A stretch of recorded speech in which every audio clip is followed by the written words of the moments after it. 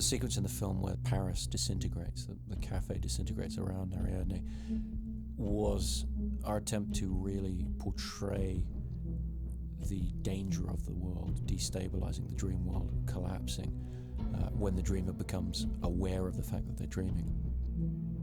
The cafe explosion sequence was actually challenging on two aspects. One aspect was that Chris wanted this whole explosion sequence to take place in the middle of Paris, and the Parisians are not too friendly towards explosions in the middle of Paris. So when we started talking to them about what we were going to do, the faces were pretty grim. So that was the first issue, and the second issue was that Chris really wanted to get Leonardo and Ellen in the shot.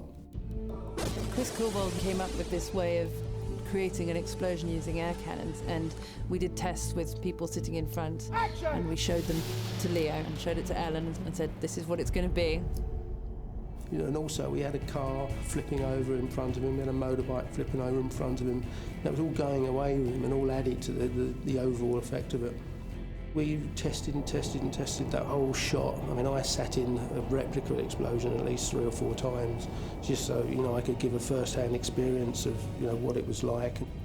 I must admit, when we did shoot it, it seemed a lot different having Leo and Ellen in amongst that whole explosion. They were in their own little safety area where even the paper cup on the table didn't move.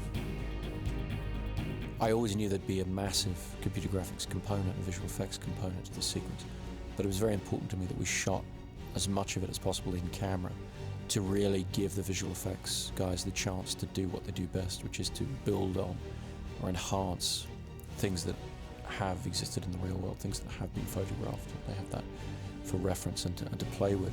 What we do in visual effects is we can add more destruction, we can add more debris. In particular, we can add the kind of stuff which just wasn't possible to do on the day when we actually filmed it, which is all the hard, rigid bits of masonry and glass and furniture and pottery and things like that. So that what you see is a combination of reality and then this extra level that we can bring to it, this extra level of danger and destruction. Chris sort of came up with this notion of being underwater, where we're watching visual explosions that have been shot at many different speeds.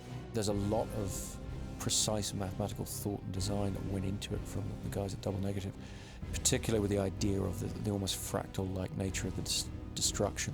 So when there's an explosion, things fragment into smaller pieces. If you look at those smaller pieces, they're in turn fragmenting.